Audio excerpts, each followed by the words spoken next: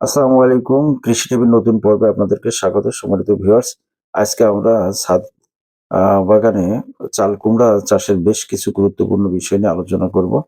আ আশা করি সম্পূর্ণ ভিডিওটি না টেনে দেখবেন এবং ভিডিওটি ভালো লাগলে অবশ্যই লাইক দিবেন।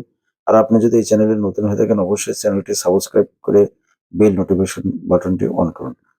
সম্মানিত ভিউয়ার্স, চাল কুমড়া বা কুমড়া জাতীয় সবজির সবচেয়ে গুরুত্বপূর্ণ শত্রু হলো বা আমাদের সবচেয়ে বেশি সমস্যার সৃষ্টি করে তা হলো মাছি পোকা। মাছি পোকা ফল ছিদ্র করে দেয় এবং কাঙ্ক্ষিত ফলন পেতে আ বাধা সৃষ্টি করে। সম্মানিত ভিউয়ার্স, মাছি পোকা দমনের কৃত্রিম উপায় হলো ফেরোমন ফাঁদ স্থাপন।